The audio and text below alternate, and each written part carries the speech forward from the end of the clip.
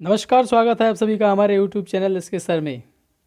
तो दोस्त, कैसे हो आप सभी? आशा करता हूँ आप सब अच्छे होगे, मस्त होगे और घर पे रहते होगे लॉकडाउन के समय में। तो आज हम बात करने वाले बेसिक कॉन्सेप्ट ऑफ आरसीसी की, बेसिक कॉन्सेप्ट की बात करेंगे, ठीक है। और जिसमें कि आपका हो जाएगा नॉमिनल शियर फोर्स हो जाए, शियर स्ट्रेस हो जाएगा, डिजाइन शियर स्ट्रेस हो जाएगा और आपका जो है कि मैक्सिमम परमिसिबल स्ट्रेस हो जाएगा। नॉमिनल शियर स्ट्रेस को कहते हैं टाउ बी से रिप्रेजेंट करते हैं, डिजाइन शियर स्ट्रेस को टाउ सी से रिप्रेजेंट करते हैं और मैक्सिमम परमिसिबल स्ट्रेस को टाउ सी मैक्स से रिप्रेजेंट करते हैं। इसको कंसेप्ट क्लियर करने वाले हैं बहुत ही गहराई के साथ, तो वीडियो को पूरा देखिएगा, बहुत मज़ा आने वाला है वीडियो में। और आपको ये कॉन्सेप्ट बेसिक क्लियर हो जाएगा, अब उसमें कोई रटने की ज़रूरत है। आपको कॉन्सेप्ट क्लियर के बाद आप कोई भी क्वेश्चन को ऐसे ही कर सकते हैं, इजीली आप उसको क्रैक करेंगे, ठीक है।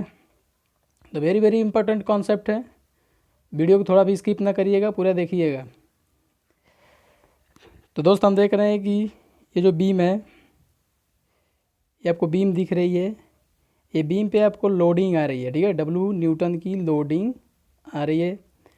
तो कुछ बच्चों को ये पता ही नहीं होता है कि ये लोडिंग जो इसमें शियर फोर्स क्या होता है, ठीक है। शियर फोर्स में वो कंफ्यूज हो जाते हैं कि शियर फोर्स कहते हैं किसको है, वो डब्ल्यू को ही शियर फोर्स मान लेते हैं, ठीक है।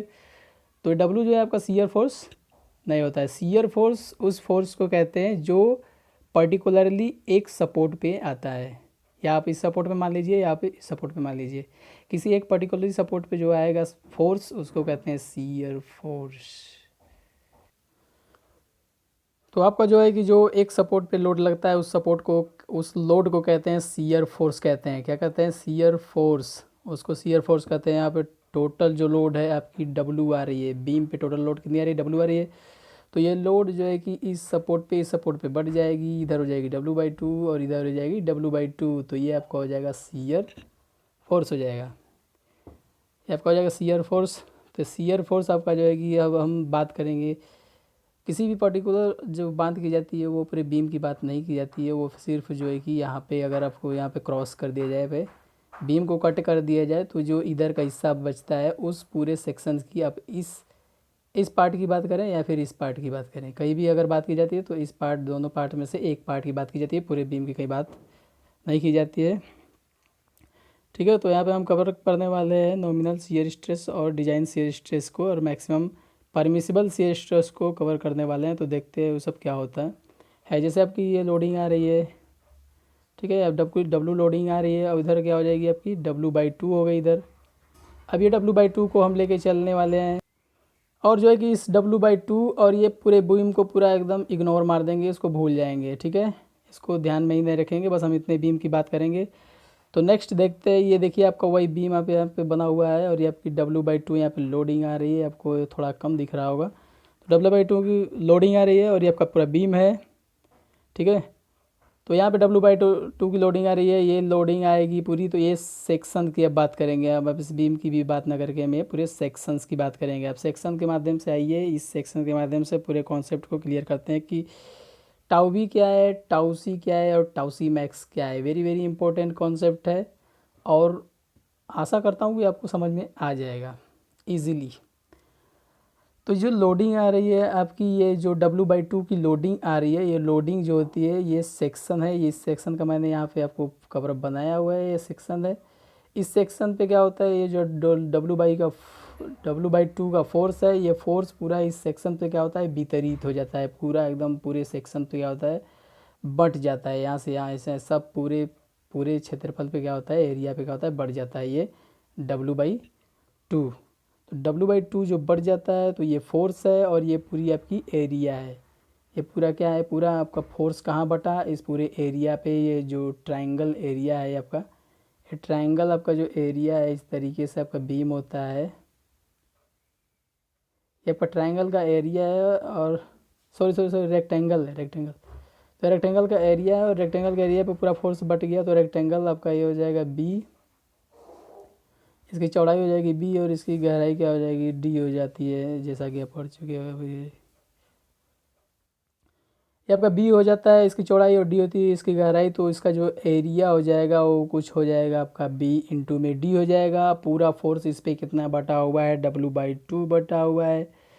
तो W/2 फोर्स है आपका सीयर फोर्स जिसको कहते हैं। तो सीयर फोर्स को डिनोट करते हैं V से, तो आपका V फोर्स हो गया, पूरी आपकी ये एरिया हो जाएगी। ठीक है, तो मान लेंगे कि आपका पूरा एरिया, तो ये इतना कुछ जो है कि आपका एकांक एरिया हो जाएगा। इतना क्या हो जाएगा आपका कुछ एकांक एरिया प्रति एरिया हो जाएगा। ठीक है, प्रति हो जाएगा, ये आपका पूरा 100 है तो ये आपका 1 हो जाएगा, प्रति हो जाएगा, एकांक एरिया हो जाएगा। तो इस एकांक एरिया पे जो फोर्स आ रहा है, फोर्स की जितनी वैल्यू आएगी उसको कहते हैं हम टाउ वी। पूरे पे आपका आ रही थी फोर्स वी, इस पर्टिकुलर एरिया पे एकांक एरिया पे जो फोर्सिंग आई हुई उसको हम कहेंगे टाउ। तो इस ये पार्टिकुलर एरिया पे आपकी लोडिंग आएगी इसको कहेंगे टाउ वी। तो टाउ वी आपको क्लियर हो। तो ये पूरी लोडिंग आपकी लोडिंग आ रही है वी, आपकी सीयर फोर्स जो पूरा आ रहा है वी आपका, उस सीयर फोर्स जो है पूरे एरिया पे बढ़ जाता है। तो एकांक एरिया जो हो जाएगा ये एकांक एरिया, इसमें जो आपका फोर्स आएगा, फोर्स काम करेगा, उसको कहेंगे टाउ वी। क्या कहेंगे, टाउ वी एकांक एरिया पे। इसलिए फार्मूला आपका बनता है टाउ वी का, क्या फार्मूला बनता है वी अपन में क्या हो जाएगा VD। ये आपका फार्मूला आप पढ़े होंगे, ये फार्मूला बनता है इसी से। ठीक है, इसके बाद हम बात करते हैं अपनी जो है कि टाउसी की। तो टाउसी क्या होता है, जब ये आपका फोर्स पूरे सेक्शन पे काम कर रहा है, इस पूरे सेक्शन पे आपका फोर्स काम कर रहा है, तो ये हम जो है कि ये कंक्रीट और ये जो सरिया ये क्यों लगाए हैं, किस लिए लगाए हैं भाई, ये कंक्रीट और सरिया लगाए हैं सब लोडिंग को सहने के लिए लगाए हैं। तो ये लोडिंग के जब लोड ऊपर से आएगा तो ये जो सरिया होगा आपका, ये कंक्रीट होगा, वो भी रेजिस्टिंग फोर्स जनरेट करेगा अंदर से। ठीक है, उसको सहने की ताकत अंदर से जनरेट करेगा। तो मैंने जो है कि ये कंक्रीट लगा के और ये स्टील लगा के मैंने क्या करा है, मैंने क्यों इसको यूज करा है, क्यों बीम बनाया है, लोड सहने के लिए बनाया। तो ये आपका क्या करेगा, अंदर से एक फोर्स जनरेट करेगा F, वो भी जो है कि इस पर्टिकुलर पूरे सेक्शन पे काम करेगा। रजिस्टिंग फोर्स भी पूरे सेक्शन पे काम करेगा, जो कि इस कंक्रीट और इस स्टील के कारण जनरेट होगा। ये भी जो इस कंक्रीट और स्टील मिलके उस फोर्स को ज़ीरो करना चाहेंगे, रोकना चाहेंगे। इसलिए अंदर से जो है भी रजिस्टिंग फोर्स जनरेट होगा, वो फोर्स जो कि पूरे सेक्शन पे। तो आपका पर्टिकुलर एकांक सेक्शन पे, ये एकांक है, प्रति सेक्शन है, इस सेक्शन पे जितना फोर्स जनरेट होगा उस फोर्स को हम कहते हैं टाउ सी। क्या कहते हैं, टाउ सी। ये एकांक क्षेत्रफल में, एकांक एरिया में जनरेट होने वाला आपका फोर्स है, जो कि अंदर से कंक्रीट और स्टील के द्वारा जनरेट करा जाता है। तो इस तरह से हमने जो है कि टाउ बी और टाउ सी को देख लिया है। अब हम आगे देखते हैं कि टाउ सी क्या, टाउ सी मैक्स क्या होता है। जैसा कि आप जानते हैं कि जब आपकी टाउ बी की जो वैल्यू है, ये टाउ बी की वैल्यू जो है आपकी बड़ी हो जाएगी टाउ सी से। ठीक है, जो आपका बाहर से लोड का जो स्ट्रेस है और जो अंदर से लोड जनरेट हो रहा है, फोर्स जनरेट हो रहा है, उसका जो स्ट्रेस है, तो ये बड़ा हो जाएगा, बाहर वाला बड़ा हो जाएगा अंदर वाले से, यानी जो इसकी क्षमता हो जाएगी वो कम हो जाएगी। तो क्या करना पड़ेगा, इसमें स्टीरप्स देना पड़ेगा, स्टीरप सीयर रिइंफोर्समेंट देना पड़ेगा। ठीक है, रिइंफोर्समेंट देना पड़ेगा। तो रिइंफोर्समेंट देने के लिए सबसे पहले हम क्या करते हैं, जो मेन बार्स होते हैं जो यहाँ पे लगे होते हैं, इधर मेन बार्स, जो आपके इधर मेन बार्स ये लगे होते हैं, इन मेन बार्स को क्या करते हैं कि आधार की तरफ आते हुए, सपोर्ट की तरफ आते हुए, सपोर्ट से जो है कि L/10, L/L जो है आपका इफेक्टिव स्पान है, प्रभावी पार्ट है, वहाँ से L/10 की दूरी पर, यहाँ पे L सपोर्ट से L/10 की दूरी है, तो इस दूरी पर ही जो है कि हम छड़ों को मोड़ देते हैं 50%। ये जो छड़ें हैं, इन छड़ों का 50% छड़ों को मोड़ सकते हैं आप, और उसको ऐसे सपोर्ट के अंदर ले जा सकते हैं। ठीक है, इसको कर्टेलमेंट कहते हैं, छिन्नीकरण करना कहते हैं। इस तरह से आप छड़ को मोड़ करके अंदर सपोर्ट के अंदर ले जा सकते हैं, क्योंकि इधर जो होता है बेंडिंग मोमेंट जो होता है आपका कम लगता है। आप जानते हैं पिछले सेमेस्टर में में पढ़े होंगे कि जो बीच में होता है बेंडिंग मोमेंट होता है, यहाँ पे बीच में मैक्सिमम होता है, और जो किनारे पे बेंडिंग मोमेंट कम होता है। इसलिए हम इधर छड़ों को 50% छड़ों को मोड़ सकते हैं। ये आपका 100% छड़ है, इसमें से हम 50% छड़ों को मोड़ सकते हैं। तो इसमें देखते हैं आप जो है कि यहाँ पे छड़ जो है कि देख लीजिए, यहाँ पे छड़ जो है आपका मोड़ दिया गया है। ये आपका यहाँ पे छड़ जो है कि ये सपोर्ट से L/10 की दूरी पर जो है कि ये छड़ मोड़ दिए गए इधर। तो लोडिंग जो इस पर शियर फोर्स आपका आ रहा था, शियर फोर्स वी के कारण जो है कि जो इसमें एकांक एरिया में कंक्रीट में रेजिस्टिंग फोर्स जनरेट हुआ था, एकांक एरिया में जो रेजिस्टिंग फोर्स जनरेट हुआ उसको हम कहेंगे टाउ सी। वो आपका हो जाएगा क्या, प्रतिबल हो जाता है, स्ट्रेस हो जाता है, उसका जो मात्रक हो जाता है न्यूटन पर एम स्क्वायर हो जाता है। तो इस तरह से अगर इतने एरिया में आपका फोर्स है टाउ सी, न्यूटन पर एम स्क्वायर का मतलब यदि एकांक एरिया में फोर्स है तो आपका पूरा फोर्स जो है निकालना पड़ेगा। तो क्या करेंगे हम, अगर पूरा फोर्स आपको निकालना पड़ेगा तो जो है कि टाउ सी में क्या करेंगे, बी डी से गुणा कर देंगे, इसके पूरे एरिया से गुणा कर देंगे तो पूरे एरिया में जो फोर्स जनरेट हो रहा है, जो उत्पन्न हो रहा है रजिस्टिंग फोर्स, वो निकल जाएगी। टोटल लोडिंग इससे कितनी आ रही थी, शियर फोर्स जो था वो लोडिंग आ रही थी, तो वो लोडिंग कितनी थी आपकी, वो लोडिंग थी आपकी जो है कि वी थी, ऊपर से जो आ रही थी वी, और ये जो कंक्रीट जितना रजिस्टिंग फोर्स जनरेट किया वो क्या हो जाएगा, टाउ सी हो जाएगा, और इनटू में बी डी हो जाएगा। ठीक है, तो ये इतनी फोर्स तो कंक्रीट से और स्टील मिल के सह ले रहे हैं। ठीक है, इतनी फोर्स आ रही थी, इतने में से ये सह लिए, तो जो बचा कुछ फोर्स है उसको कहते हैं वी यू कहते हैं, क्या कहते हैं, वी यू।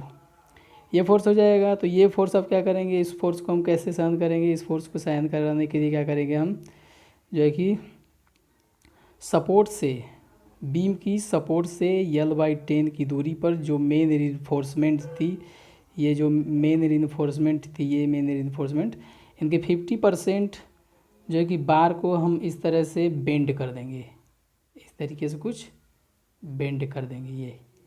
ठीक है, अब ये कितना फोर्स को रजिस्ट करेगा उसको हम देखने वाले। अब देख लेते हैं कि जो कर्टेलमेंट बार है, ये जो छिन्नीकरण बार है, जो बार आपका मोड़ दिया गया है, ये कितना शियर फोर्स को रजिस्ट करता है। ठीक है, शियर फोर्स को ये कितना रजिस्ट करता है, तो ये कितना शियर फोर्स को रजिस्ट करेगा, उसका एक फार्मूला होता है आपका, ये फार्मूला होता है आपका जो है कि 0.87 FY/ASV, ठीक है, इंटू साइन अल्फ़ा होता है, into sine alpha. Sine alpha वो कोण है जिस कोण पे हम जो है कि बार को मोड़ते हैं, मेनली उसको 45 डिग्री पे ही मोड़ा जाता है। ठीक है, और ये एस बी जो है कि जिन बार को मोड़ेंगे उनका एरिया है। ठीक है, उन क्षणों का एरिया है। तो इस तरह से हम निकाल लेते हैं आपका फोर्स, जिसको ये कर्टेलमेंट बार जो है, ये छिन्नीकरण बार जो है सहेगा, ये बार जो है सहेगा, उस फोर्स को भी निकाल दिए। अगर इसके बाद भी आपका फोर्स बचता है तो आप क्या करेंगे, इसके बाद आपको प्रबलन देना पड़ेगा। क्या देना पड़ेगा, प्रबलन देना पड़ेगा इसके बाद आपको, यानी उस बीम में जो है कि स्टीरप्स देने पड़ेंगे। स्टीरप्स आपको ऐसे ऐसे देने पड़ेंगे, या फिर इंक्लाइंड स्टीरप्स देने पड़ेंगे। ये आप देख रहे हैं कि इसमें स्टीरप्स दिए गए हैं, इसमें स्टीरप्स, ठीक है, इसमें स्टीरप्स ये दिए गए हैं।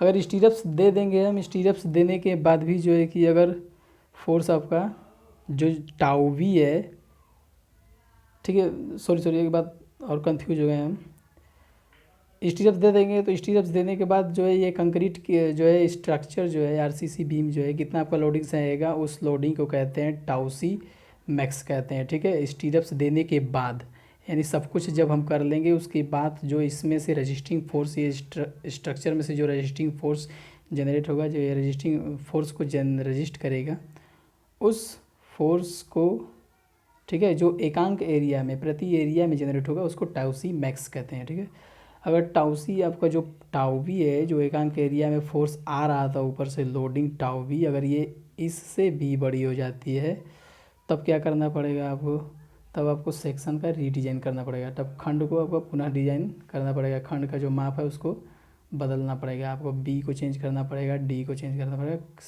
सेक्शन अलग। तो इस तरह से हमने देख लिया कि जो टाउ बी होता है, टाउ बी क्या होता है, टाउ बी जो फोर्स आ रहा था ऊपर से, उस फोर्स का एकांक एरिया में वैल्यू है, यानी स्ट्रेस है। टाउ सी क्या था, जो कंक्रीट और स्टील ने जनरेट किया था एकांक एरिया में, वो स्ट्रेस था। और टाउ सी मैक्स क्या है, ये भी एक स्ट्रेस है, जो कि बीम में स्टीरप्स देने के बाद जनरेट हुआ था, स्टीरप्स देने के बाद जनरेट हुआ था स्ट्रेस, ये स्ट्रेस को कहते हैं टाउ सी मैक्स। इस तरह से हमने पूरे तो इस तरह से हमने जो है कि टाउ वी और टाउ सी मैक्स को तीनों को कवर कर दिया है बहुत ही इजी मेथड से। और आशा करता हूँ कि आप सबको ये लर्न भी हो गया होगा। ठीक है, तो आगे हम बात करने वाले हैं एरिया ऑफ स्टील की। एरिया ऑफ स्टील क्या होता है, इसका परसेंट बीम में जो है कि मिनिमम परसेंट मैक्सिमम परसेंट क्या होना चाहिए, एरिया ऑफ स्टील होता क्या है, इस सब को बात करेंगे नेक्स्ट वीडियो में। तो आज के लिए इतना ही। तो जाइए ना दोस्त, एक पॉइंट इसमें और छूट गया था, उसको हम बात कर लेते हैं अभी। तो देख लीजिए, मान लीजिए जो है कि इस कंक्रीट और स्टील के लोडिंग को सहने के बाद जो लोडिंग आ रही थी, जो लोडिंग को सहने के लिए हमने ये कर्टेलमेंट किया था, ये स्टील को इस तरह से मोड़ा था, 50% स्टील को इस तरह से मोड़ा था। तो ये स्टील कितना लोडिंग सहता है, अगर मान लीजिए इस पर आपका 10 किलो न्यूटन का लोडिंग आ रहा है, 10 किलो न्यूटन का, और आपने फार्मूला यूज किया था 0.87 FY, 0.87 FY ASV इंटू में साइन एल्फ़ा।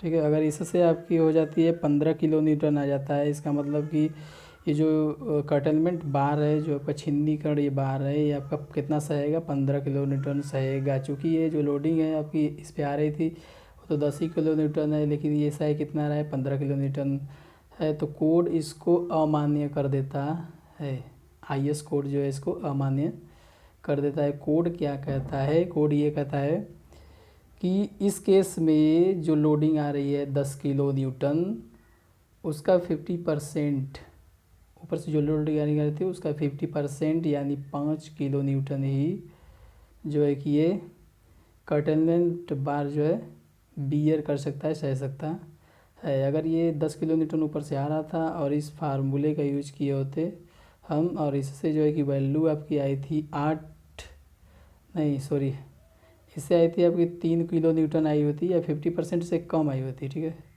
इसके 50% से कम आई होती तो इसको हम ले लेते, लेकिन ये की वैल्यू जो है कि 15 किलो न्यूटन आ गई थी, जो कि 10 किलो न्यूटन से भी ज़्यादा है। इसलिए आपका ये कितना सहेगा, ये 50% ही सहता है। लोडिंग जो आती है उसका 50% ही सहता है, या उससे कम सह सकता है। तो आज के लिए इतना ही, फिर मिलते हैं नेक्स्ट वीडियो में, तब तक के लिए बाय।